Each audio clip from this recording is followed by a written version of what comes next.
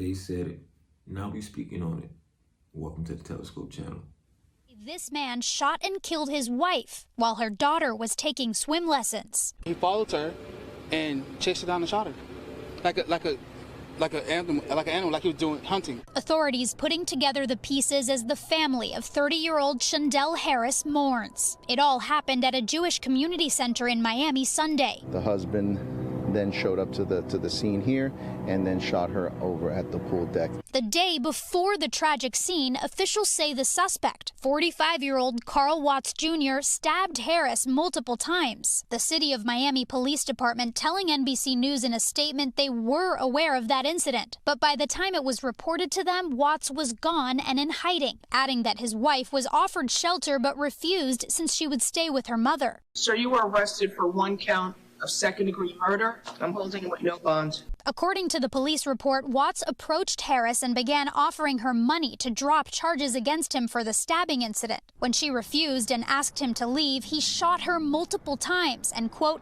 continued to shoot her until he ran out of live cartridges. The family of the victim in shock. She's a great mother.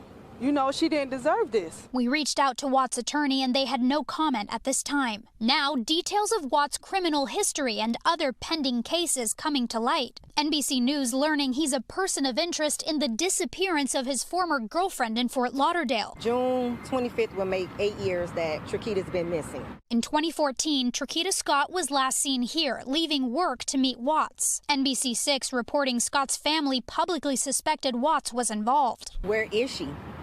What did you do to her? Why couldn't you be a man and move on with your life? Scott was never found, and police say her case is still open. Domestic violence is one of those crimes where sometimes we don't have the full story as quickly as we wish we did. Domestic violence is a major killer in the U.S. One study from the CDC showing that when the perpetrator was known, 50% of all women murdered were killed by their current or former intimate partner. Domestic violence kills. There's resources out there. You don't have to live that kind of life. Custody. Keyshawn Thomas was found unresponsive on February 23rd inside a holding cell at Police District 5. Just about 2 hours ago, Milwaukee police released some video from that day, but there are still questions about what happened in the hours before Thomas was found dead. The I-Team's Sean Gallagher joins me now with that. Sean. The video shows Keyshawn Thomas ingested drugs while in custody and did not want to go to the hospital when officers offered. But it is not clear how much time passed between when police last checked on Thomas in his cell and when he was found dead. Radio transmissions from paramedics who responded to District 5 suggest Thomas had been dead for quite some time before he was discovered. When Keyshawn Thomas is at District 5, twice he's able to ingest drugs that he had on him. Once lunging into the back of a police vehicle. I have no more. I ate them. I ain't gonna... You ate them? I ate the little smoke I had. And another time, he removes a bag from his pants and eats more drugs while awaiting booking. A booking officer questions him, even suggesting he go to the hospital. I had What's that? I had a lot. You have a lot? I think we should just do something in the hospital. Should I get an ambulance here? I don't know. Yeah. Police later explained Thomas formally declined, stating he signed a medical form before he was taken to a holding cell. Keep in mind, this video is from an officer's body camera and includes timestamps of this moment. However, from the 2 angles we have of surveillance cameras at District 5, there are no timestamps on these cameras. Thomas walks freely into the cell at an unknown time. Milwaukee police show on the video this camera is motion activated. However, we've only been provided angles of when Thomas entered the cell and when he was discovered. Milwaukee police tell the I-Team video exists of officers checking on Thomas between the times of 3 and 6 a.m., but say it was deliberately left out of the community briefing. When they discovered Thomas's body, about a dozen officers come running, calling for Narcan, and were told they immediately start life-saving measures. The I-Team obtained radio traffic from responding EMTs. Last known well was 16 hours ago when he was incarcerated. The radio states 16 hours passed between Thomas entering the cell and officers finding his body. The responding EMTs continue with life-saving measures, giving an indication to the state Thomas's body was in when they arrived. He had a rigid airway. Fluids are not flowing. Patient finger tips and earlobe were not yielding blood for us. Last known well 16 hours ago, who has multiple signs of rigidity, lividity. Now, according to the National Institutes of Health, rigor mortis typically sets in about 2 hours after death. MPD again today insisted there were cell checks done, but could not tell us when or how long before Thomas's death he was checked on. We asked the Milwaukee County DA about those radio transmissions, and a spokesperson could not confirm they're part of the investigation, but said they're likely part of the case file. Steve? Sean Gallagher, a lot more questions here. Thomas's family is planning a news conference at 5:30. You can watch that live on our TMJ4 News Facebook page. Now, days after Thomas was found dead inside District 5, a man walked in that building's lobby and opened fire. Police today also released video from that incident. We want to warn you, this video is graphic. Good.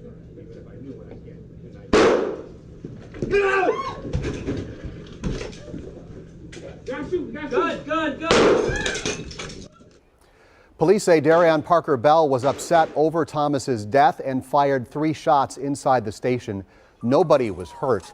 Officers then chased down Parker Bell as he ran from the scene. Police say they opened fire on him after he ignored commands to drop his gun. Drop the gun! Drop the gun!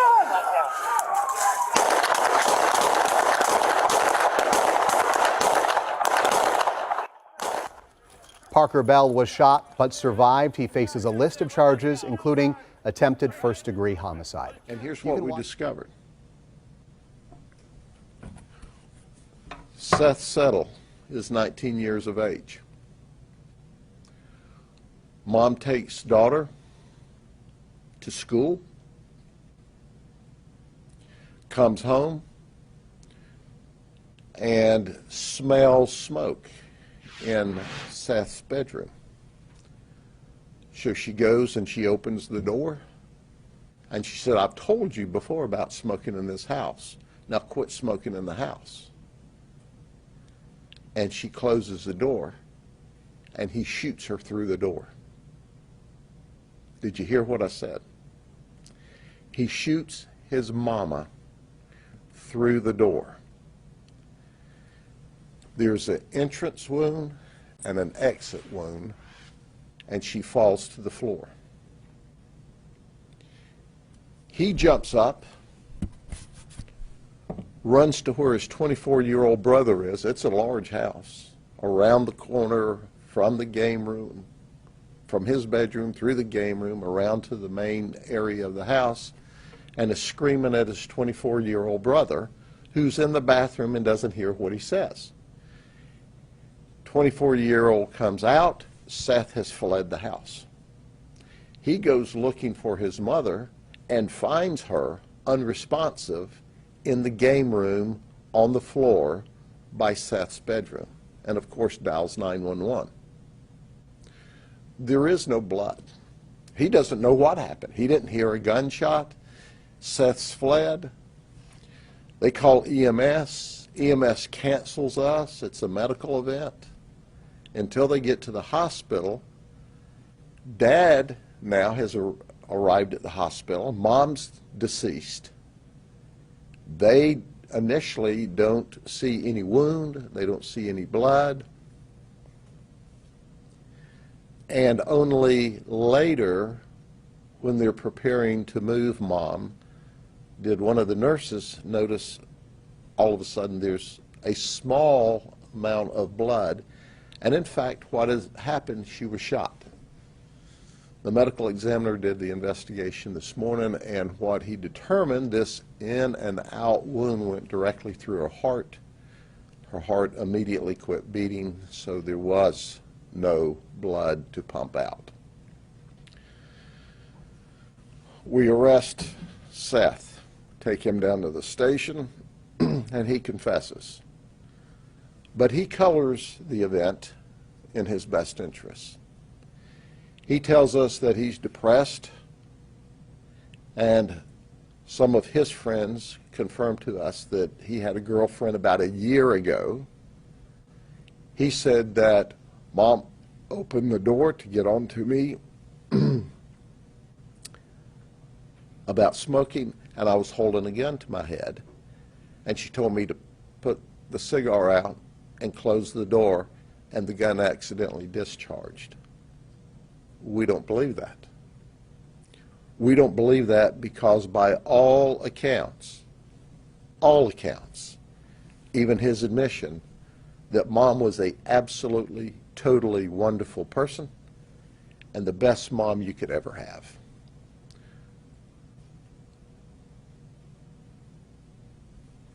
We do a criminal history, not one blemish on anyone's name. Mom, Dad, the 4 kids. This is truly the wonderful family next door. And he kills his mom. We think he was angry. We think he was mad. We're absolutely confident with the type of mom that this is. There's no way she would have closed that door with her son holding a gun to his head. That's our supposition. He fled, went to a friend's house, told him I accidentally shot Mom, fled past her, didn't help, didn't dial 911, hollered something at the brother on the way out of the door. So where are the guns? Well, he tells the detectives, well, I threw them off of the Chalet Suzanne Road into a wooded area. So after hours of searching, we finally determined that another friend had come to the house and he had asked the other friend to take these 2 firearms away. The friend gave us the firearms, said he wanted me to take the firearms because he was afraid he'd hurt himself. Of course, the friend didn't know Mom was shot. He just knew that Mom had died unexpectedly, and he was just trying to hold the firearms for Seth. Dad, the other brothers, no one had any idea that Seth even had these 2 firearms. And he's too young to possess firearms. The firearms aren't stolen. But at the end of the day, we have, without argument, the most wonderful mom in the world who's now deceased because the 19-year-old kid shot and killed her. I can't begin to tell you the horror of this event. I had the opportunity to talk to Dad, who's just a great, hardworking, good man. And I can tell you the only people that are more shocked and stunned by this than us in law enforcement are the immediate family. No one ever could see this coming. But for whatever reason, he shot and killed his mom. The sheriff has a slogan. We don't mess around. When it comes to meth busts, he's seen it all. We actually caught one woman was about to shoot up. She had a needle. He even live streams the arrests on social media. Come on, you're going to jail. Almost 1 million people watched this one. Possession of methamphetamine, keeping a drug house. I know we've had complaints out here. But what Franklin County Sheriff A.J. Smith came across this week shook him to his core. He arrested someone he never thought would be trafficking drugs. We went to serve a search warrant at a house where a lady had delivered a large quantity of drugs to an informant.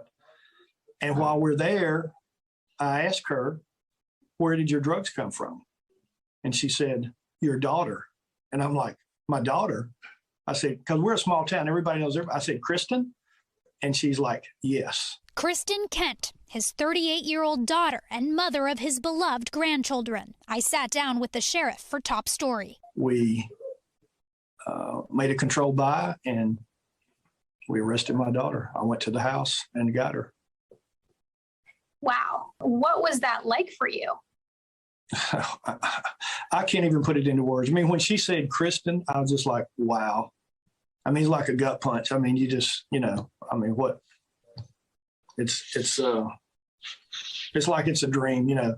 And, you know, and that's the thing too. It's like, I know that of all the sheriffs in Florida or probably across the country that speak out about meth, I'm probably the loudest voice. And I knew that with this, that I couldn't treat my daughter any differently. Sheriff Smith has been one of the state's leading law enforcement voices in the battle against methamphetamine since going into office in 2017. We can break the generational cycle if we can stop the next generation from becoming addicted. Putting people in jail does not solve the problem. It's a temporary fix. We've established rehab programs in the jail. We have a person on staff that their main job is finding rehab for people. In the first half of 2020, deaths caused by meth increased by 56% in Florida, 237 more deaths than the previous year, according to a report from the Florida Department of Law Enforcement. And drug use in Franklin County has skyrocketed even more in recent years compared to the rest of the state. What I preach to the people that call me every day, they're like, well, what do I do? My son, my daughter, my mother, my sister. Tough love.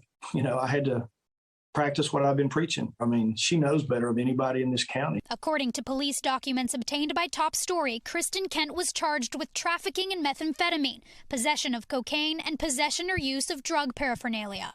She's currently out on bond. Sheriff Smith says he did not pay for her bond. We reached out to Kent for comment and did not hear back. Have you spoken to her since?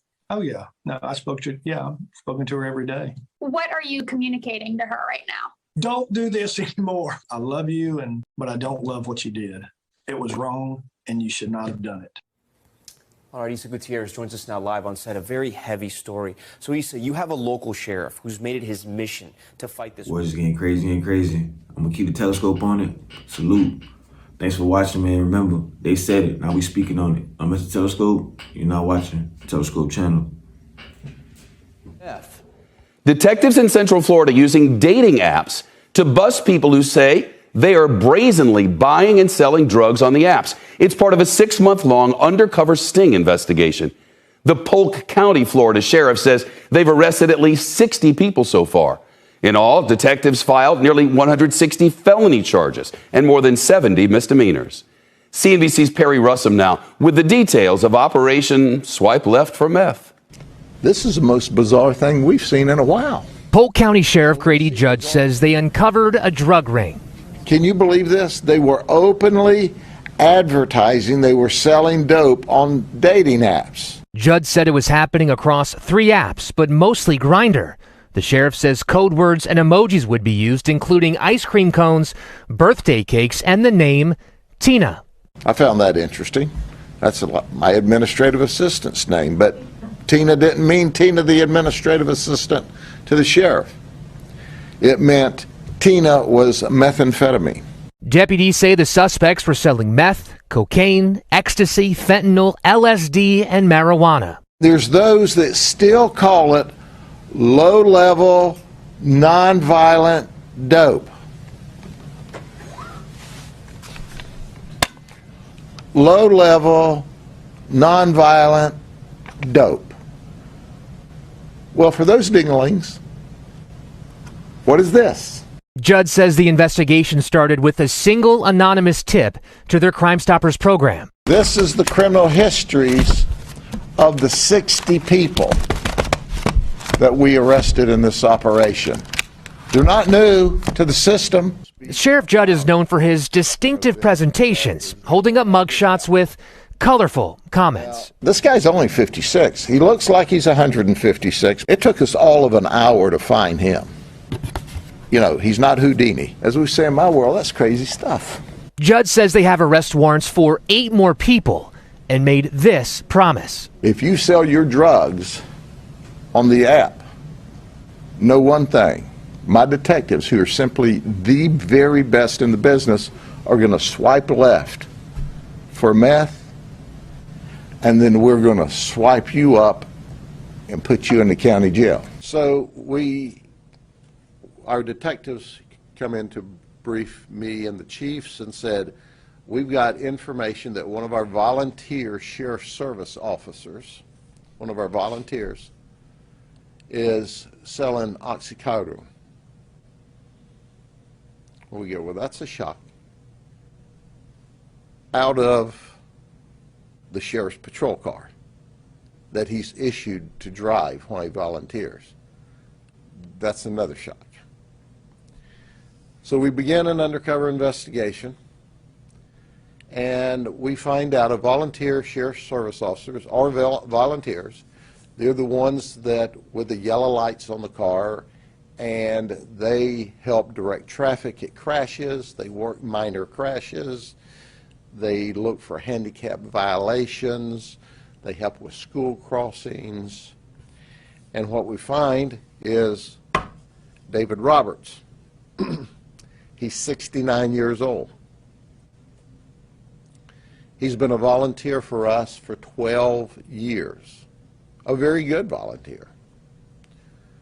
People say that he's friendly, he's fun to be around, he's hardworking.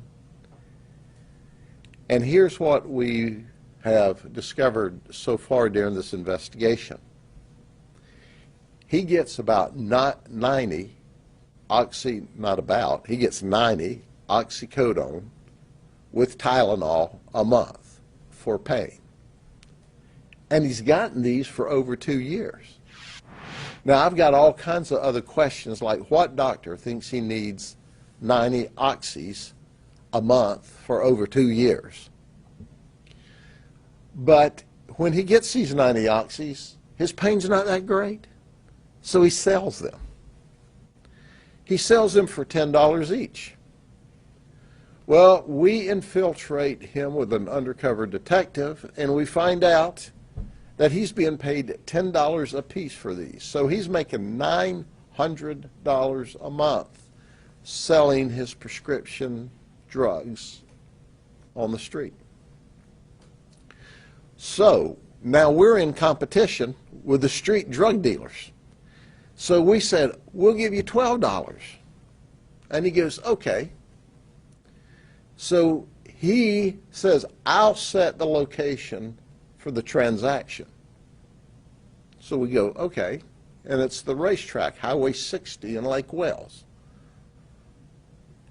So our undercover pulls into the racetrack, dials the suspect up on the phone and said, hey man, I'm looking for you. Where are you? He said, I'm over here in the corner. Our undercover says, you in the Popo car? He goes, yeah. He won't be in it for long, but he's in it now. So we go there. He has taken the oxys out of the prescription bottle, put them in a plastic baggie, and is counting the money before he turns the drugs over to us. Why he's wearing his uniform. Listen, folks, that makes me crazy. That makes me so crazy I want to pluck my eyeballs out one at a time. So we complete the deal. We allow him to drive away. We follow him. And he pulls into the substation. So we arrest him in the parking lot of the substation. And he's affable. And he's cooperative. And he signs a waiver. And lets us search his house where we find some marijuana. He says, it's not mine. It's my nephew's. I'm just holding it for him. Well, why is it in your bedroom? I don't know. I'm just holding it for him. And then we find 2 guns, a rifle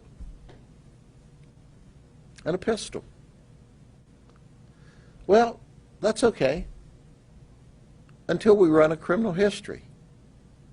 Are you ready for this? You're talking about an epic system failure.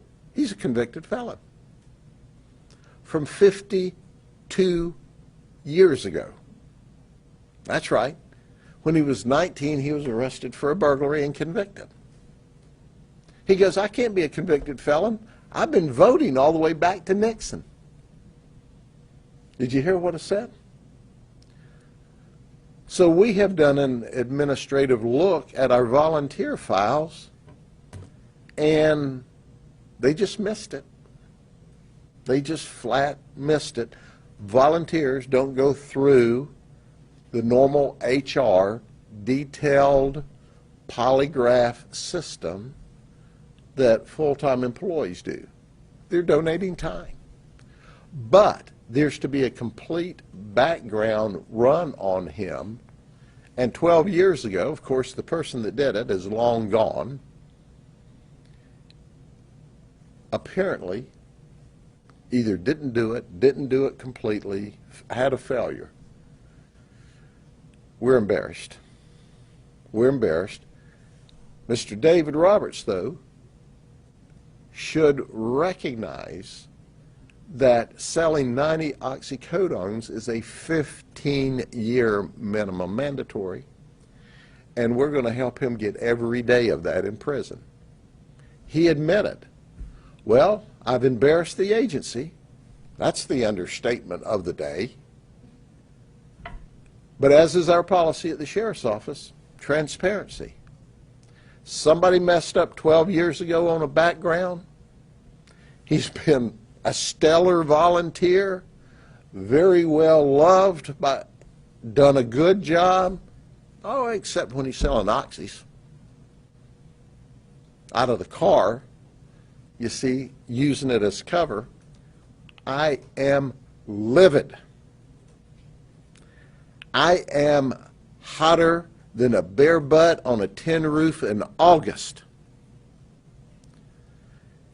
And there will be all our volunteer systems audited. Oh, by the way, we don't have that many VSSOs. We've already checked all the other files and re-audited them. They're all pristine except for this one. All of them. Well, it makes sense. This is the one that should have been screened out 12 years ago and wasn't. So, in Polk County vernacular, if there's been any misunderstanding, I'm pissed.